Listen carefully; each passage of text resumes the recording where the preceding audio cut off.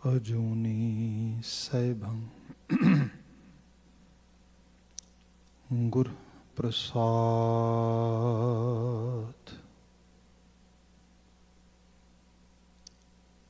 सतनाम वाहेगुरु साहिब जियो। माज महला तीजा। एका जोत जोत है शरीरा। शब्द दिखाए सतगुर पूरा। एका जोत जोत है शरीरा। शब्द दिखाए सतगुर पूरा। आपे फर्क कितों न कटे अंतर। आपे बनत बना बनिया। हम वारी जियों वारी हर सच्चे के गुण गावनिया। बाज गुरु को सहज न पाए। गुरमुख सहज समावनिया। रहाओ तू आपे सो है आपे जग मोह है। तू आपे नदरी जगत परोवै। तू आपे दुख सुख देवै करते। गुरमुख हर देखावनिया। आपे करता करे कराए। आपे शब्द गुर मन वसाए। शब्दे उपजै अमृत बाणी। गुरमुख आख सुनावनिया। आपे करता आपे भुगता। बंधन तोड़े सदा है मुक्ता। सदा मुक्त आपे है सच्चा। आपे अलख लखावनिया। आपे माया आपे छाया। आपे मोह सब जगत उपाया। आपे गुणदाता गुण गावै। आपे आख सुनावनिया। आपे करे कराए आपे। आपे थाप उथापे आपे। तुझते बाहर कछु न होवै। तू आपे कारै लावनिया। आपे मारे आप जिवाए। आपे मेले मेल मिलाए। सेवा ते सदा सुख पाया। गुरमुख सहज समावनिया। आपे ऊंचा ऊंचो होई। जिसे आप विखाले सो वेखै कोई। नानक नाम वसै कट अंतर। आपे वेख विखालनिया। आपे ऊंचा ऊंचो होई। जिसे आप विखाले सो वेखै कोई। नानक नाम वसै कट अंतर। आपे वेख विखालनिया। वाहिगुरु जी का खालसा वाहिगुरु जी की फतेह। जुगो जुग अटल शब्द सतगुरु धन धन गुरु ग्रंथ साहिब जी। गुरु पातशाह जी दी अपर अपार मेहरामत ढलदी शाम असी गुरु दरबार हाजिर हो पाए हैं। सत्संगत का समा सानू प्राप्त है। लड़ीवार गुरबाणी व्याख्यान विच माज राग विचार गोचरे हो रहा है। गुरु अमरदास साहब जी का पावन संदेश अष्टपदियां का शब्द आपने सरवण किया है। विचार यदि पिछों असी लैके आ रहे हैं। बीते कल जिथे विचार समेटी सी उत्थों ही अगे लैके जावांगे। पर एक सरसरी नज़र रहाओ दे पदे ते सब जिक्र करदे। हाँ वारी जियों वारी हर सच्चे के गुण गावनिया। मैं कुर्बान जाना वारने जाना उस बशर मानुख इंसान उस रूह ते जिहड़ा सच दा गुणगान कर रहा है। हुण इहदे च है ਜ਼ਬਾਨੀ कलामी गाउणा कन्नां नाल सुनना पर सब नूं अमल दरियाफ्त हो जाना। बंदा जिहड़ा सच नूं परना के जीवन जी रहा। गुरु साहब उस ट्रुथफुलनैस नूं उस जिहड़ी जिंदगी दी सचियारता आ उन्होंने वड्याउंदे ते कहिंदे जे कोई मानुख इस जीवन का राहगीर आ मैं उहदे तो अपना आपा कुर्बान करदा आ। ਬਾਜ ਗੁਰੂ ਕੋ ਸਹਿਜ ਨਾ ਪਾਏ। ਇਹ ਗੁਣਗਾਨ ਜਿਵੇਂ ਜੇ ਅਸੀਂ ਅਧਿਆਤਮੀ ਤਲ 'ਤੇ ਦੇਖ ਲਈਏ ਤੇ ਜਿਹੜਾ ਮਨੁੱਖੀ ਜੀਵਨ ਆ ਇੱਕ ਸਫ਼ਰ ਆ, ਤੇ ਇਸ ਸਫ਼ਰ ਦੇ ਵਿੱਚ ਕਿਸੇ ਤਰ੍ਹਾਂ ਦੀ ਵੀ ਪ੍ਰਾਪਤੀ ਕੋਈ ਓਵਰਨਾਈਟ ਨਹੀਂ ਹੈ। ਮਤਲਬ ਜਿਹਨੂੰ ਕਿਹਾ ਜਾਏ ਵੀ ਬੰਦਾ ਜਦੋਂ ਬਹੁਤ ਹੈਕਟਿਕ ਹੋ ਕੇ ਈਗਰਨੈਸ ਦੇ ਵਿੱਚ ਆ ਕੇ ਕੁਝ ਚੀਜ਼ ਲੈਣੀ ਚਾਹੁੰਦਾ ਆ, ਇਹੀ ਉਹਨੂੰ ਮਾਰਦੀ ਹੈ। ਮਦਰ ਨੇਚਰ ਦਾ ਇੱਕ ਲਾ ਆ ਜਿਹਨੂੰ ਅਸੀਂ ਸਹਿਜ ਕਹਿੰਦੇ ਆ, ਜਿਹਨੂੰ ਅਸੀਂ ਇੱਕ ਪ੍ਰੋਸੈਸ, ਇੱਕ ਪੇਸ ਕਹਿੰਦੇ ਆ। ਜਦੋਂ ਤੁਸੀਂ ਉਸ ਪੇਸ ਨੂੰ ਫੋਲੋ ਕਰਦੇ ਹੋ, ਜਿਹੜੀ ਇੰਟੀਗ੍ਰਿਟੀ ਹੈ, ਜਿਹੜੀ ਜ਼ਿੰਦਗੀ ਦੇ ਵਿੱਚ ਇੱਕ ਯਥਾਰਥਕ ਧਰਾਤਲ ਤੇ ਜੀਣ ਵਾਲੀ ਅਸਲ ਰਾਹ ਆ, ਤਾਂ ਹੀ ਬੰਦਾ ਫੋਲੋ ਕਰ ਸਕਦਾ ਹੈ। ਨਹੀਂ ਤੇ ਇਹੋ ਜਿਹੇ ਹਾਲਾਤ ਬਣਦੇ, ਸਿਚੁਏਸ਼ਨ ਬਣਦੀ, ਕਾਹਲਾ ਪੈ ਕੇ ਬੰਦਾ ਸਭ ਬਣਦੇ ਹੋਏ ਨੂੰ ਹੀ ਖਰਾਬ ਕਰ ਲੈਂਦਾ। ਇਹਦੀ ਸਮਝ ਗੁਰੂ ਤੋਂ ਬਿਨਾਂ ਨਹੀਂ ਆਉਂਦੀ। ਗੁਰੂ ਗਾਈਡਲਾਈਨ ਵੀ ਪ੍ਰੋਵਾਈਡ ਕਰਾਉਂਦਾ ਆ, ਗੁਰੂ ਟੀਚਿੰਗਸ ਵੀ ਪ੍ਰੋਵਾਈਡ ਕਰਵਾਉਂਦਾ ਆ, ਪਰ ਸਭ ਤੋਂ ਵੱਡੀ ਗੱਲ ਹੈ ਗੁਰੂ ਉਸ ਐਨਰਜੀ, ਉਸ ਤਾਕਤ ਦੇ ਰੂਪ ਵਿੱਚ ਸਾਡੇ ਅੰਦਰ ਰਵਣ ਵੀ ਕਰਦਾ ਆ, ਜਿਹੜਾ ਗੁਰਮਤਿ ਦਾ ਸਕੂਲ ਆਫ ਥਾਟ ਕਹਿੰਦਾ ਸਾਨੂੰ। ਸੋ ਸਾਹਿਬ ਕਹਿੰਦੇ ਉਹਦੇ ਤੋਂ ਬਿਨਾਂ ਬਾਜ ਗੁਰੂ ਕੋ ਸਹਿਜ ਨਾ ਪਾਏ, ਗੁਰਮੁਖ ਸਹਿਜ ਸਮਾਵਣਿਆ। ਤੇ ਜਿਹਦਾ ਮੂੰਹ ਗੁਰੂ ਵਾਲੇ ਪਾਸੇ ਗੁਰਮੁਖ ਹੋ ਗਿਆ, ਉਹਨੂੰ ਇਹ ਚੀਜ਼ ਸਹਿਜੇ ਅਮਾ ਜਾਂਦੀ ਹੈ, ਪ੍ਰਾਪਤ ਹੋ ਜਾਂਦੀ ਹੈ। ਜੋ ਬੀਤੇ ਕੱਲ ਵਿਚਾਰ ਕਰ ਰਹੇ ਸੀਗੇ, ਤੂੰ ਆਪੇ ਸੋ ਹੈ, ਆਪੇ ਜਗਮੋਹ ਹੈ, ਤੂੰ ਆਪੇ ਨਦਰੀ ਜਗਤ ਪਰੋਹ ਹੈ। ਗੁਰਬਾਣੀ ਤੇ ਗੁਰਮਤਿ ਨੇ ਦੱਸਿਆ ਸਭ ਓੰਕਾਰ ਆ, ਤੇ ਓੰਕਾਰ ਵਿੱਚ ਹੀ ਸਭ ਚੀਜ਼ਾਂ ਵਾਪਰ ਰਹੀਆਂ ਨੇ। ਇਸੇ ਚੀਜ਼ ਨੂੰ ਇਹ ਸ਼ਬਦ ਰਿਫਲੈਕਟ ਕਰਦੇ ਨੇ। 3 ਨੰਬਰ ਪਦਾ ਹੈਗਾ, ਆਪੇ ਕਰਤਾ ਕਰੇ ਕਰਾਏ, ਆਪੇ ਸ਼ਬਦ ਗੁਰ ਮਨ ਵਸਾਏ। ਆਪੇ ਕਰਤਾ ਕਰੇ ਕਰਾਏ। ਧਰਮ ਦੀ ਦੁਨੀਆ 'ਚ ਆਪ ਜੇ ਥੋੜ੍ਹਾ ਧਿਆਨ ਨਾਲ ਦੇਖੋਗੇ ਤੇ ਹੋਏਗਾ ਕਿ ਜਦੋਂ ਬੰਦਾ ਇੱਕ ਧਰਮ ਦੀ ਗੱਲ ਕਰਦਾ, ਇੱਕ ਸੈਕਟ ਦੀ ਗੱਲ ਹੋ ਜਾਂਦੀ ਹੈ, ਤੇ ਉਸ ਸੈਕਟ ਦੇ ਵਿੱਚ ਜਿਹੜਾ ਬਹੁਤ ਸਟਰੋਂਗਲੀ ਬਿਲੀਵ ਕਰੇਗਾ, ਉਹਦੇ ਵਾਸਤੇ ਜਿਹੜੇ ਰੈਸਟ ਆਫ ਦੁਨੀਆ ਆ, ਜਿਹੜਾ ਹੋਰ ਸਭ ਆਲਾ ਦੁਆਲਾ ਆ, ਉਹ ਉਹਨੂੰ ਖੁਸ਼ਗਵਾਰ ਨਹੀਂ ਗੁਜ਼ਰੇਗਾ। ਉਹਨੂੰ ਲੱਗੇਗਾ ਨੋ ਨੋ ਨੋ, ਇਹ ਜਿਹੜਾ ਆ ਜਾਂ ਤੇ ਮੇਰੇ ਰਾਹ ਤੇ ਆ ਜਾਣ, ਅਦਰਵਾਈਜ਼ ਇਹ ਮੇਰੇ ਰਾਹ ਦੇ ਰੋਕ ਨੇ, ਰਾਹ ਦੇ ਵਿੱਚ ਮੇਰੇ ਹਰਡਲ ਨੇ ਬੜੇ ਵੱਡੇ, ਇਹਨਾਂ ਨੂੰ ਰਿਮੂਵ ਕੀਤਾ ਜਾਏ ਜਾਂ ਮਰਜ ਕੀਤਾ ਜਾਏ। That is the only thing. ਇੱਥੋਂ ਕਾਫਰ ਲਫ਼ਜ਼ ਨਿਕਲਿਆ ਹੈ, ਇੱਥੋਂ ਮਲੇਸ਼ ਲਫ਼ਜ਼ ਨਿਕਲਿਆ ਹੈ, ਇੱਥੋਂ ਹੀ ਉਹ ਲਫ਼ਜ਼ ਨਿਕਲੇ ਨੇ ਜਿਹਦੇ ਵਿੱਚ ਇਹ ਕਿਹਾ ਗਿਆ ਕਿ ਜਿਹੜਾ ਖਾਸ ਕਰਕੇ ਗੈਰ ਧਰਮੀ ਨੇ, ਉਹਨਾਂ ਨੂੰ ਬਹੁਤ, ਮਤਲਬ ਮੈਂ ਤਾਂ ਲਫ਼ਜ਼ ਵੀ ਨਹੀਂ ਕਹਿ ਸਕਦਾ ਜਿਸ ਕਿਸਮ ਦੇ ਵਰਡ ਯੂਜ਼ ਕੀਤੇ ਜਾਂਦੇ ਸਟੇਜ ਤੋਂ ਉਸ ਰੂਪ ਦੇ ਵਿੱਚ। ਤੁਹਾਨੂੰ ਗੁਰਬਾਣੀ ਦੀ ਰੌਸ਼ਨੀ 'ਚ ਜਾ ਕੇ ਪਤਾ ਲੱਗੇਗਾ ਕਿ ਗੁਰੂ ਬਾਬਾ ਜੀ ਨੇ ਕਿਹਾ ਇਹ ਕਰਤੇ ਦੀ ਬਿਧ ਵਿੱਚ ਬਣਿਆ ਸਭ ਕੁਛ। ਇਸ ਲਈ ਮੈਂ ਇਹਨੂੰ ਸਿੰਪਲ ਕਰਨ ਵਾਸਤੇ ਤੁਹਾਡੇ ਸਾਹਮਣੇ ਗੁਰੂ ਤੇਗ ਬਹਾਦਰ ਸਾਹਿਬ ਜੀ ਦੇ ਜੀਵਨ ਯਾਪਨ ਦੀ ਬਾਤ ਕਰਦਾ ਹਾਂ, ਕਿਉਂਕਿ ਜੇ ਸਮਝ ਆ ਜਾਏਗੀ ਆਪੇ ਕਰਤਾ ਕਰੇ ਕਰਾਏ।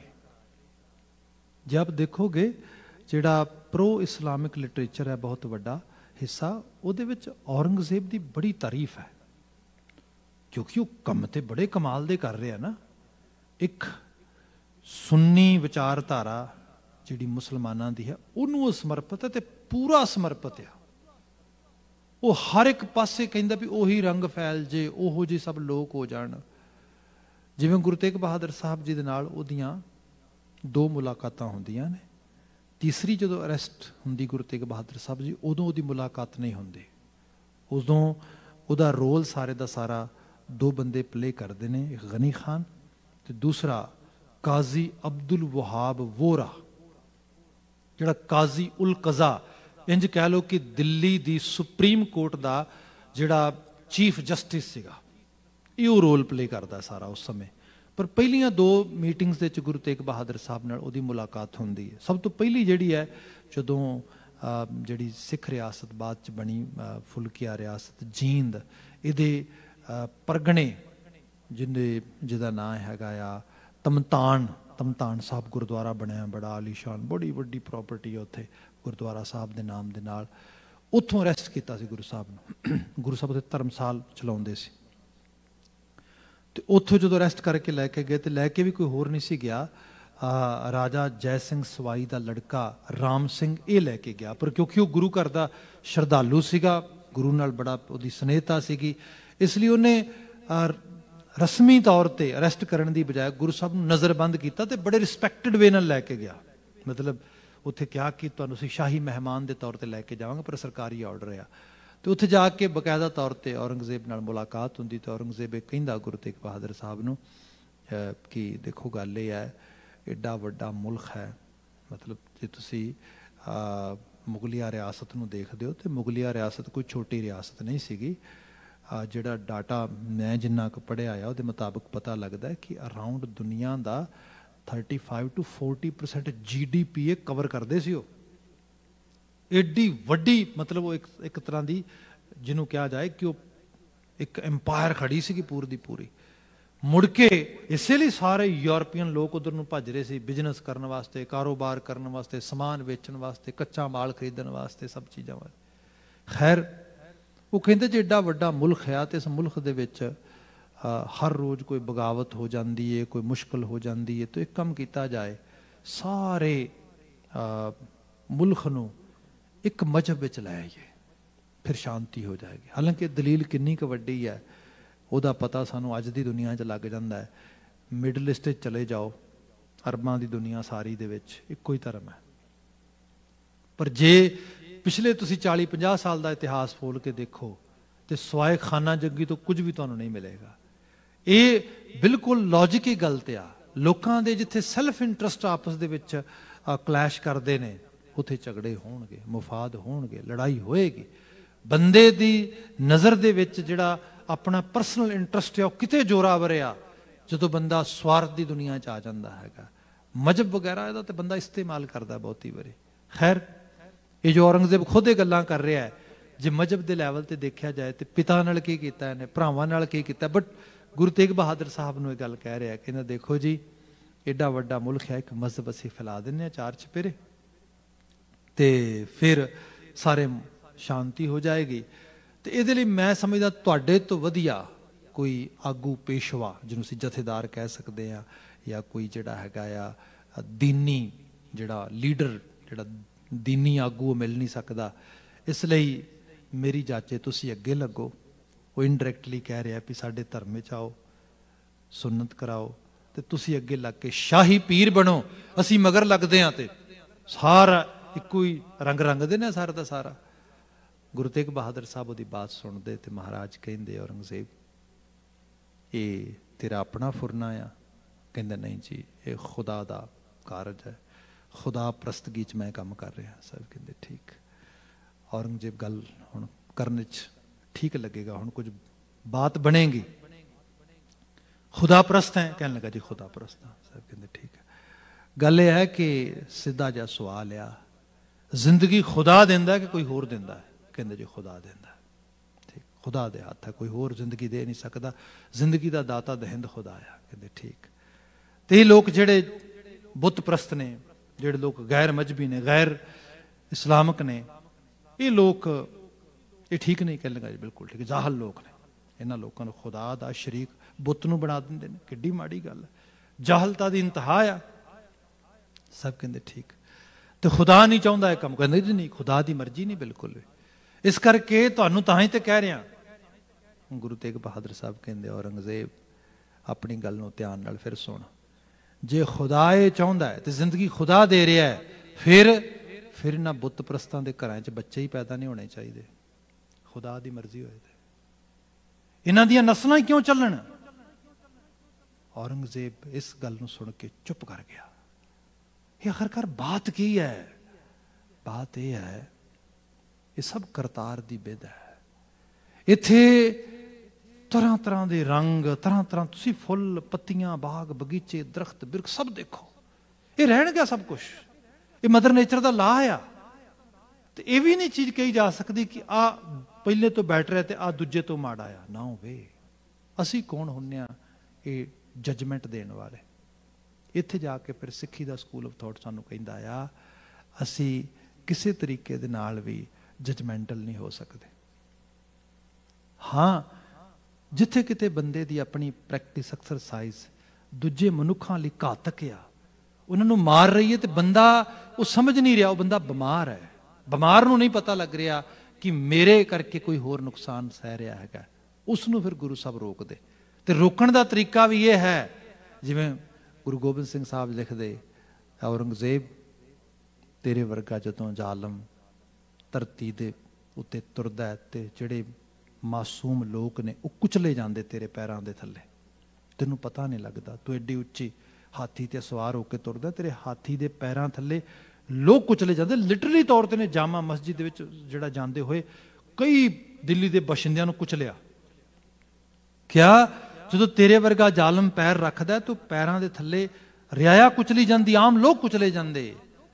ਤੇ ਜੇ ਮੁਝ ਗੁਰੂ ਗੋਬਿੰਦ ਸਿੰਘ ਸਾਹਿਬ ਆਪਣੇ ਤੇ ਬਾਤ ਕਰਦੇ, ਮੈਨੂੰ ਅਕਾਲ ਪੁਰਖ ਵਾਹਿਗੁਰੂ ਨੇ ਇਹ ਤੌਫੀਕੀਅਤ ਸੋਝੀ ਦਿੱਤੀ ਵੀ ਭਾਈ ਇਹ ਚੀਜ਼ ਮਨੁੱਖ ਨੂੰ ਨਹੀਂ ਕਰਨੀ ਚਾਹੀਦੀ, ਤੇ ਮੈਂ ਤੇਰੇ ਵਰਗੇ ਜ਼ਾਲਮ ਨੂੰ ਰੋਕਣ ਵਾਸਤੇ ਹੱਥ ਜੋੜਾਂਗਾ, ਨਾ ਕਰ, ਗਲਤ ਹੈ। ਮੇਰੇ ਹੱਥ ਜੋੜਨ ਦਾ ਅਸਲ ਵਿੱਚ ਜਿਹੜਾ ਰੂਪ ਸੀਗਾ, ਉਹ ਸੀਗਾ ਆਪਣੇ ਪਿਤਾ ਦਾ ਸ਼ਾਹ ਰਗ ਦਾ ਖੂਨ ਤੈਨੂੰ ਦਿੱਤਾ, ਲੈ ਲੈ ਲੈ, ਖੂਨ ਹੀ ਪੀ ਲੈ। ਪਰ ਘੱਟ ਤੋਂ ਘੱਟ ਲੋਕਾਂ ਦਾ ਖੂਨ ਡੋਲਣਾ ਬੰਦ ਕਰ ਦੇ। ਪਰ ਔਰੰਗਜ਼ੇਬ, ਜੇ ਤੇਰੇ ਵਰਗਾ ਜ਼ਾਲਮ ਉਹਦੇ ਪੈਰਾਂ ਹੇਠ ਮਾਨਵਤਾ ਕੁਚਲੀ ਜਾਏ, ਉਹਨੂੰ ਮੈਂ ਰੋਕਾਂ, ਉਹਨੂੰ ਹੱਥ ਜੋੜ ਕੇ ਰੋਕਾਂ, ਉਹ ਹੱਥ ਜੋੜ ਕੇ ਨਹੀਂ ਰੁਕੇਗਾ, ਫਿਰ ਬਈ ਮੈਂ ਤੇ ਰੋਕਾਂਗਾ, ਫਿਰ ਲੱਤਾਂ ਤੋੜ ਕੇ ਰੋਕਾਂਗਾ। ਇਸ ਕਰਕੇ ਜਿਹੜੀ ਆ ਸ਼ਮਸ਼ੀਰ ਨੂੰ ਹੱਥ ਪਾਇਆ। ਸੋ ਇਹ ਰੂਪ ਜਿਹੜਾ ਆ ਮਾਨਵਤਾ ਕਲਿਆਣ ਹੇਠ ਆਇਆ। ਅਦਰਵਾਈਜ਼ ਜਿਹੜਾ ਗੁਰੂ ਸਾਹਿਬ ਨੇ ਬਾਤ ਕੀਤੀ, ਮੈਂ ਗੁਰੂ ਤੇਗ ਬਹਾਦਰ ਸਾਹਿਬ ਦੇ ਡਾਇਲੋਗਸ ਦੀ ਬਾਤ ਕਰ ਰਿਹਾ ਸੀਗਾ, ਜਿਹੜੇ ਉਹਨਾਂ ਦੇ ਉੱਥੇ ਹੁੰਦੇ ਨੇ।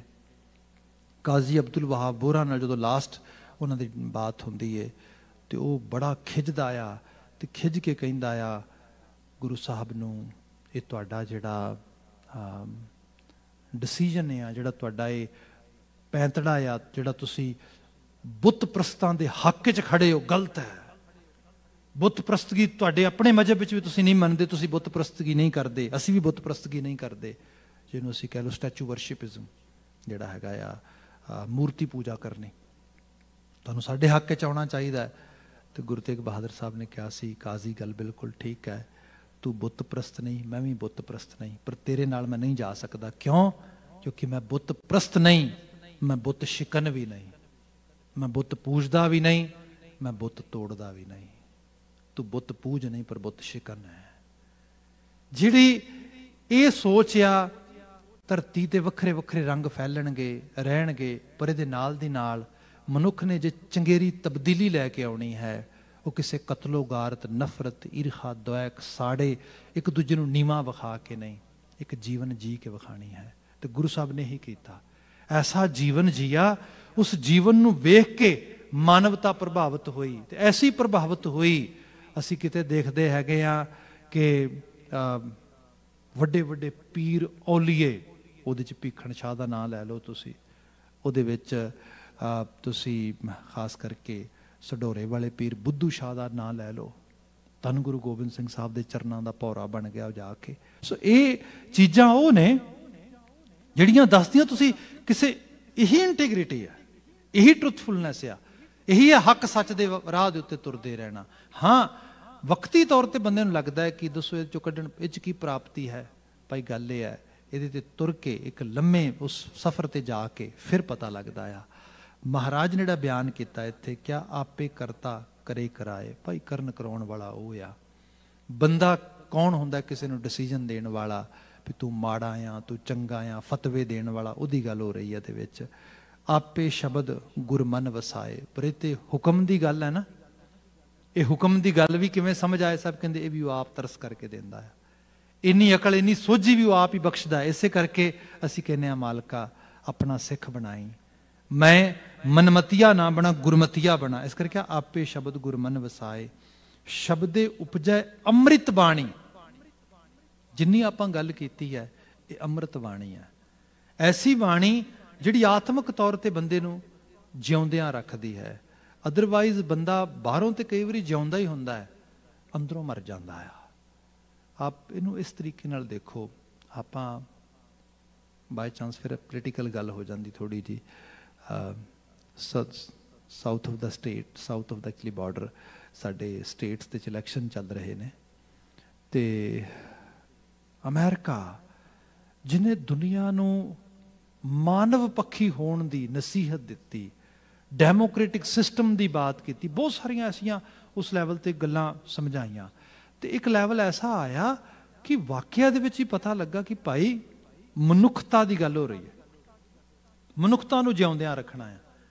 ਹੁਣ ਹਾਲਤ ਕੀ ਬਣ ਗਈ ਕਿ ਉੱਥੇ ਨੋ ਡਾਊਟ ਸਿਸਟਮ ਵੀ ਚੱਲ ਰਿਹਾ ਆ, ਪ੍ਰੈਜ਼ੀਡੈਂਟ ਵੀ ਹੈ, ਸਭ ਕੁਝ ਹੈ, ਪਰ ਜਿਹੜੀ ਅਸਲ ਉਹਦੀ ਰੂਹ ਸੀਗੀ ਅਮਰੀਕਨ ਸਿਸਟਮ ਦੀ, ਉਹ ਮਰਦੀ ਲੱਗੀ ਜਾ ਰਹੀ ਹੈ। ਸੰਸਥਾਵਾਂ ਸਭ ਚੀਜ਼ਾਂ ਸਿਰਫ ਉਸ ਲੈਵਲ 'ਤੇ ਰਹਿ ਚੱਲੀਆਂ ਨੇ, ਅਤੇ ਲੋਕ ਇਹਦੇ ਬਾਰੇ ਕਹਿ ਰਹੇ ਨੇ ਬੜਾ ਵੱਡਾ ਡਰ ਆ, ਖਦਸ਼ਾ ਆ ਕੀ ਹੋ ਰਿਹਾ ਹੈ। ਐਗਜ਼ੈਕਟਲੀ ਇਸੇ ਚੀਜ਼ ਨੂੰ ਅਸੀਂ ਸਮਾਜ ਸੰਸਾਰ ਵਿੱਚ ਲੈ ਆਈਏ ਹੁਣ ਸਾਰੇ ਦੇ ਵਿੱਚ। ਦੇਖੋ ਮਨੁੱਖਤਾ ਦੇ ਤੌਰ 'ਤੇ ਅਸੀਂ ਦੇਖਦੇ ਹੈਗੇ ਹਾਂ, ਆਪਾਂ ਸਾਡੇ ਕੋਲ ਸਭ ਤੋਂ ਵੱਡੀ ਐਗਜ਼ਾਮਪਲ ਪਰਿਵਾਰ ਦੀ ਹੁੰਦੀ ਹੈ।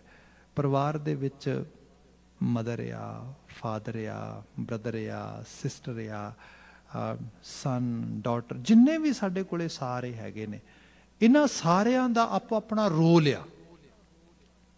ਉਸ ਰੋਲ ਨੂੰ ਸਭ ਨੇ ਜਿਉਂਦੇ ਰੱਖਣਾ ਆ। ਬੰਦਾ ਸਪੋਜ਼ ਕਿਸੇ ਲੈਵਲ ਤੇ ਵੀ ਤੁਸੀਂ ਦੇਖੋ, ਮੈਂ ਤੇ ਮਾਫੀ ਮੰਗਾਂਗਾ ਆਪ ਤੇ दैवी बिरती ਦੇ ਲੋਕ ਹੋ ਜੋ ਇਸ ਗੁਰੂ ਕੇ ਹਜ਼ੂਰ ਇਸ ਸਮੇਂ ਬੈਠੇ ਹੋ।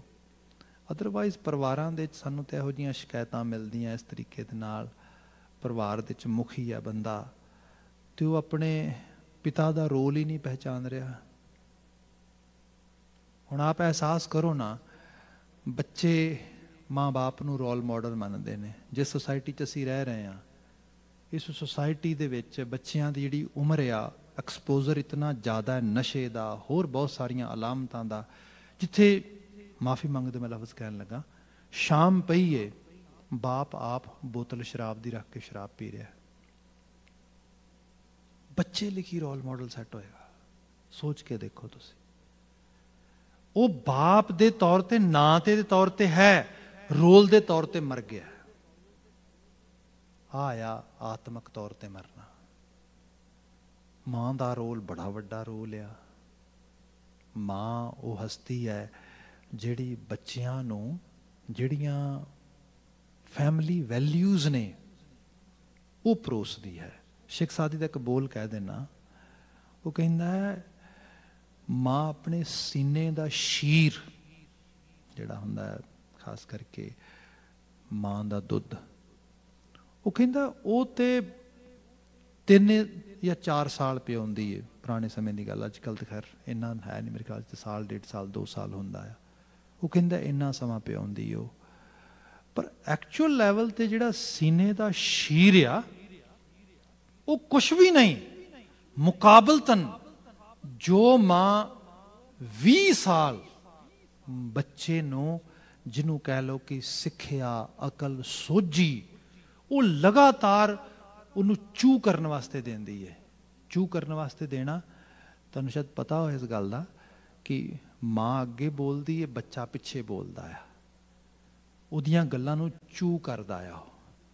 ਮਾਂ ਇਹੋ ਜਿਹਾ ਮਾਹੌਲ ਬਣਾ ਕੇ ਰੱਖੇ ਜੋ ਉਹ ਉਸ ਨੂੰ ਸਿਖਾਉਣਾ ਚਾਹੁੰਦੀ ਹੈ, ਬੁਲਾਉਣਾ ਚਾਹੁੰਦੀ ਹੈ, ਉਹ ਲਗਾਤਾਰ ਬੋਲੇ, ਲਗਾਤਾਰ ਉਹਨੂੰ ਵਾਰ-ਵਾਰ ਅਲਾਪੇ, ਤਾਂ ਕਿ ਜਿਹੜਾ ਉਹਦਾ ਬੱਚਾ ਆ ਉਸ ਨੂੰ ਲਗਾਤਾਰ ਬੋਲਣਾ ਸਿੱਖ ਜਾਏ ਉਸ ਤਰੀਕੇ ਦੇ ਨਾਲ। ਉਹ ਕਹਿੰਦਾ ਸਿਰਫ ਆਪਣੇ ਜਿਹੜੇ ਖਾਸ ਕਰਕੇ ਸ਼ੀਰ ਆ, ਉੱਥੇ 3-4 ਸਾਲ ਸਿਰਫ ਉਹ ਜਿਹੜਾ ਹੈਗਾ ਉਹਨੂੰ ਚੂ ਕਰਦਾ ਆ, ਸੱਕ ਕਰਦਾ ਉਸ ਤਰੀਕੇ ਦੇ ਨਾਲ, ਪਰ ਜਿਹੜੀ ਮਾਂ ਦੀ ਆਵਾਜ਼ ਆ ਉਹਨੂੰ 20 ਸਾਲ ਤੱਕ ਉਹ ਸੱਕ ਕਰਦਾ, ਉਹਨੂੰ ਉਸ ਰੂਪ ਦੇ ਵਿੱਚ ਲਗਾਤਾਰ ਜਿਹੜਾ, ਤਾਂ ਕਿ ਉਹਦੇ ਅੰਦਰ ਉਹ ਚੀਜ਼ ਚਲੀ ਜਾਏ। ਹੁਣ ਜਿੱਥੇ ਮਾਵਾਂ ਦਾ ਰੋਲ ਇਹੋ ਜਿਹਾ ਨਹੀਂ ਹੈਗਾ, ਆਪ ਅੰਦਾਜ਼ਾ ਲਾਓ। ਮੈਂ ਫਿਰ ਬੇਨਤੀ ਕਰਾਂਗਾ, ਇਸ ਕਲਚਰ 'ਚ ਗੱਲ ਕਹੀ ਜਾਂਦੀ ਹੈ, ਇੱਥੋਂ ਦਾ ਜਿਹੜਾ ਹੈਗਾ ਬੜਾ ਵੱਡਾ ਕਾਉਂਸਲਰ ਰੋਜਰਸ, ਉਹ ਕਹਿੰਦਾ ਆ ਤੁਹਾਨੂੰ ਜਾਂ ਤੇ ਇੱਕ ਵਾਰੀ ਬੱਚੇ ਨੂੰ ਚੰਗੀ ਤਰ੍ਹਾਂ ਪਾਲ ਲਵੋ, ਨਹੀਂ ਤੇ ਉਹਨੂੰ ਸਾਰੀ ਉਮਰ ਪਾਲੋ। ਇੱਕ ਵਾਰੀ ਚੰਗੀ ਤਰ੍ਹਾਂ ਪਾਲਣ ਵਾਸਤੇ 20 ਸਾਲ ਡੈਡੀਕੇਟ ਕਰ ਦਿਓ, ਤੇ ਜੇ ਨਹੀਂ 20 ਸਾਲ ਡੈਡੀਕੇਟ ਕਰੋਗੇ ਫਿਰ ਰੈਸਟ ਆਫ ਲਾਈਫ ਸਾਰੀ ਪਾਲੋਗੇ। ਇਹ ਤੁਹਾਡੇ ਤੇ ਹੈ। ਸੋ ਇੱਥੋਂ ਜਾ ਕੇ ਤੇ ਉਹਦੇ 'ਚ ਫਿਰ ਖਾਸ ਕਰਕੇ ਮਾਂ ਦੇ ਰੋਲ ਦੀ ਗੱਲ ਆਉਂਦੀ ਹੈ।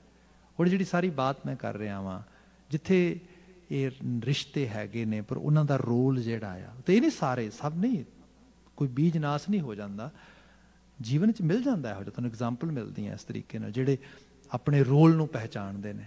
ਗੁਰੂ ਬਾਬਾ ਜੀ ਕਹਿੰਦੇ ਆਤਮਿਕ ਤੌਰ ਤੇ ਬੰਦਾ ਮਰਨਾ ਨਹੀਂ ਚਾਹੀਦਾ, ਹਰ ਜਗ੍ਹਾ ਤੇ ਉਹਦਾ ਰੋਲ ਆ। ਫਿਰ ਜਿੱਥੇ ਘਰਾਂ ਦੇ ਵਿੱਚ, ਮੈਂ ਕਈ ਵਾਰੀ ਪ੍ਰਿੰਸੀਪਲ ਤੇਜਾ ਸਿੰਘ ਦੀ ਗੱਲ ਕਰਦਾ ਨਾ, ਘਰ ਦਾ ਪਿਆਰ, ਉਹ ਕਹਿੰਦੇ ਸੁਸਾਇਟੀ ਦੇ ਵਿੱਚੋਂ ਨਾ ਅੱਜ ਸਾਡੀ ਬੜੀ ਹਾਲਤ ਪਤਲੀ ਹੋ ਗਈ। ਇੱਥੇ ਹੀ ਸਾਡੇ ਕਰੀ ਇੱਕ ਟਾਊਨ ਹਾਊਸ ਮੀਟਿੰਗ ਹੋਈ ਸੀ, ਟਾਊਨ ਹਾਲ ਮੀਟਿੰਗ ਹੋਈ ਸੀ, ਉਹਦੇ ਵਿੱਚ ਇੱਕ ਸ਼ਖਸ ਨੇ ਬਹੁਤ ਸਾਰੇ ਵੈਸੇ ਲੋਕਾਂ ਨੇ ਗੱਲ ਕੀਤੀ ਕਿ ਸਾਡੀ ਜਿਹੜੀ ਸੁਸਾਇਟੀ ਦੇ ਵਿੱਚ ਇਨਟੋਲਰੈਂਸ ਆ ਗਈ ਹੈ, we are not tolerating each other at all, tolerance level ਘਟ ਰਿਹਾ ਹੈਗਾ।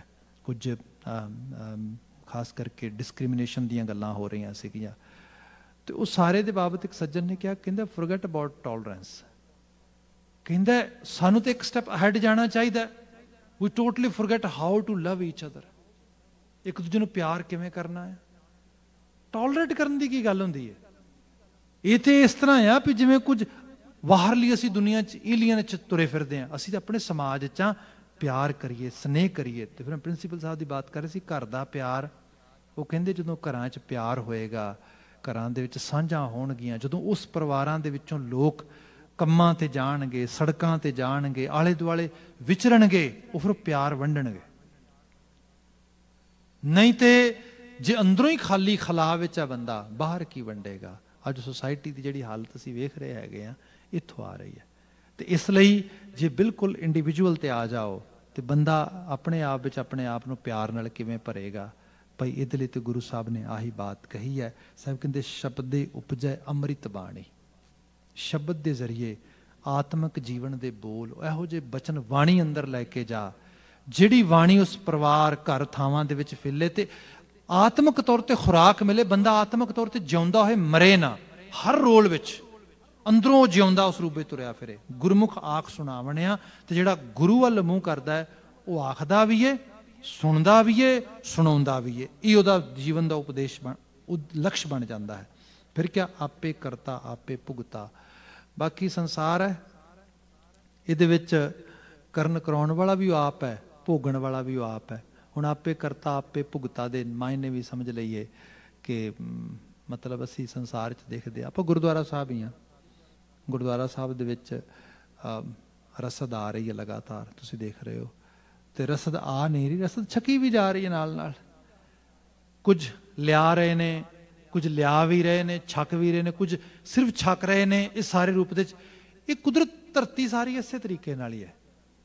ਜੇ ਬੰਦਾ ਜੱਜ ਕਰਨ ਲੱਗ ਜਾਏਗਾ, ਐਕਚੁਅਲੀ ਇਹੀ ਪ੍ਰੋਬਲਮ ਬੰਦੇ ਦੀ ਬਣਦੀ ਹੈ ਨਾ, ਵੀ ਲੈ ਇਹ ਤੇ ਕੰਟਰੀਬਿਊਟ ਹੀ ਕੁਛ ਨਹੀਂ ਕਰਦੇ ਤੇ ਖਾਂਦੇ, ਦੈਟ ਮੀਨ ਅਸੀਂ ਉਹਦੇ ਕਰਤੇ ਦੇ ਨਿਯਮ ਨੂੰ ਤੋੜ ਰਹੇ ਹਾਂ, ਭੁੱਲ ਰਹੇ ਹਾਂ। ਸਭ ਦਾ ਹੀ ਕੰਟਰੀਬਿਊਸ਼ਨ ਆ, ਕੋਈ ਬਣਾਉਣ ਵਿੱਚ ਲਾ ਰਿਹਾ, ਕੋਈ ਉਸ ਨੂੰ ਖਾਣ ਵਿੱਚ ਲਾ ਰਿਹਾ, ਪਰ ਬਣਾਏ ਨੂੰ ਵੀ ਜੇ ਕੋਈ ਖਾਏਗਾ ਨਹੀਂ ਤੇ ਫਿਰ ਉਹਦਾ ਫਾਇਦਾ ਵੀ ਕੀ ਆਏਗਾ। ਗੁਰੂ ਬਾਬਾ ਜੀ ਨੇ ਕਿਹਾ ਆਪੇ ਕਰਤਾ ਆਪੇ ਭੁਗਤਾ, ਬੰਧਨ ਤੋੜੇ ਸਦਾ ਹੈ ਮੁਕਤਾ।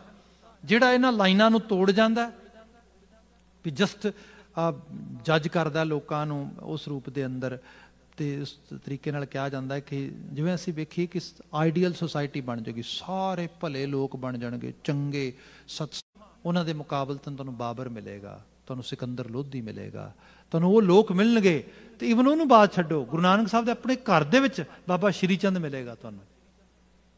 ਪੈਰਲਲ ਚੱਲਣਗੀਆਂ ਚੀਜ਼ਾਂ ਨਾਲ, ਇਹ ਕੁਦਰਤ ਦਾ ਨਿਯਮ ਹੈ। ਇਸ ਰੂਪ ਦੇ ਵਿੱਚ ਕੋਈ ਸਾਜਣ ਵਾਲਿਆਂ 'ਚ ਕੰਟਰੀਬਿਊਟ ਕਰ ਰਿਹਾ, ਕੋਈ ਭੋਗਣ ਵਾਲਿਆਂ 'ਚ ਕਰ ਰਿਹਾ ਹੈਗਾ। ਮਹਾਰਾਜ ਬਿਆਨ ਕਰਦੇ ਬੰਧਨ ਤੋੜੇ ਸਦਾ ਹੈ ਮੁਕਤਾ। ਜਿਹੜਾ ਇਸ ਗੱਲ ਦੇ ਬੰਧਨ ਵਿੱਚ ਨਾ ਪੈ ਕੇ ਇਹ ਤੋਂ ਉੱਪਰ ਉੱਠ ਜਾਏ, ਸੋਚ ਲਏ ਮੈਂ ਆਪਣੇ ਰੋਲ ਤੇ ਅਮਲ ਕਰਨਾ ਹੈਗਾ, ਬਾਕੀ ਮੈਂ ਕੌਣ ਹੋਣਾ ਡਿਸਾਈਡ ਕਰਨ ਵਾਲਾ ਜਾਂ ਜੱਜ ਕਰਨ ਵਾਲਾ। ਸਦਾ ਮੁਕਤ ਆਪੇ ਹੈ ਸੱਚਾ, ਆਪੇ ਅਲਖ ਲਖਾਵਣਿਆ। ਸਿੱਧਾ ਜਿਹਾ ਸਵਾਲ ਹੁੰਦਾ ਹੈ, ਵੇਅਰ ਇਜ਼ ਗੋਡ, ਕਿੱਥੇ ਆ ਰੱਬ, ਵਿਖਾਓ। ਕੋਈ ਰੱਬ ਨਹੀਂ ਹੈਗਾ। ਗੁਰੂ ਸਾਹਿਬ ਕਹਿੰਦੇ ਸਦਾ ਮੁਕਤ ਆਪੇ ਹੈ ਸੱਚਾ। ਜਿਹੜਾ ਸਦੀਵ ਕਾਲੀ ਉਸ ਮੁਕਤੀ ਦੇ ਰਾਹ ਤੇ ਤੁਰਦਾ ਹੈ, ਉਹ ਸੱਚ ਦਾ ਜੀਵਨ ਜੀਂਦਾ ਤੇ ਆਪੇ ਅਲਖ ਲਖਾਵਣਿਆ। ਉਹਨੂੰ ਫਿਰ ਉਹ ਜਿਹੜੀ ਅੰਦਰ ਪਈ ਹੋਈ ਤਾਬ ਆ, ਅਲਖ ਨਾ ਦਿਸ ਸਕਣ ਵਾਲੀ ਸ਼ਕਤੀ ਵੀ ਜਿਹੜੀ ਹੈ ਉਹ ਵੀ ਦਿਸਦੀ ਹੈ। ਭਾਵ ਫਿਰ ਉਹ ਬੰਦੇ ਨਹੀਂ ਲੱਗਦੇ ਉਹਨੂੰ, ਉਹ ਬੰਦੇ ਨੂੰ ਰੱਬ ਦਾ ਰੂਪ ਲੱਗਦੇ ਨੇ, ਉਹਨੂੰ ਅਹਿਸਾਸ ਹੀ ਲੱਗਦਾ। ਸਾਡੇ प्रोफैसर हुंदे सीगे बड़े प्यारे, तो हुण ते गुरपुरी सुधार गए ने, लंबा समा हो गया। तो वो सानू बात दसदे, कहंदे कि जिस वक्त 47 वो सारे हालात होए, तो कहंदा कि लाहौर शहर के नेड़े ही साडा परिवार सीगा, तो ऐसी बड़ी कटवड हुई, सब चीज़ां होईयां, परिवार दे जी आ गए। पिछे साडे 2 बड़े एजड बजुर्ग ते एक अखां तो ना दिसन वाली माई वो रह गए। खैर वो गड्डियां ट्रेनां भी तो उस तो बाद बंद हो गई, तो उन्होंने किसी ने कहा भी आ जी ट्रेन की पटड़ी है, तुसीं इहदे ते तुरे जाओ तो ये तुहानूं अमृतसर लै जाएगी लाहौर तो, सिंपल मतलब उस तरीके नाल। वो कहंदे जी वो तुर पे जो थोड़ी बहुती दूरी आए होणगे, तो उन्होंने तुहानूं पता बंदा मुश्क हो रही सी, बंदा कतल कर दो, दूरों पहचाने जाणगे, बजुर्ग ने भज नहीं सकते, तो माई वैसे ही अखां तो जिहड़ी हैगी है उन्होंने नहीं दिस रहा, उस तरीके नाल होया। तो वो कहंदे ग्रुप आ गया, तो ग्रुप दे विचों मार दिओ, एक दो मारन की ट्राई भी की, कुट्टण कट्टण की। तो एक ने आवाज़ दे के क्या किते उन्होंने, ओए तू गुरु दा सिखिया है ना, तो जकारे क्यों नहीं छड्डदा इस तरीके दे नाल, कित्थे है तेरा गुरु, विखा तेरा गुरु कित्थे है, इस किस्म की बात की। तो कहंदे बजुर्ग वाकई बड़े भजनीक ते बड़े उस किस्म के सीगे। वो कहंदे सच ये है, गुरु ने यह दसिया भी रब हर वक्त अंग संग ते आले दुआले है। कहंदा फिर जे आले दुआले है ना तो चेते कर लै, हुण बस तेनों फिर मारने लगे आ।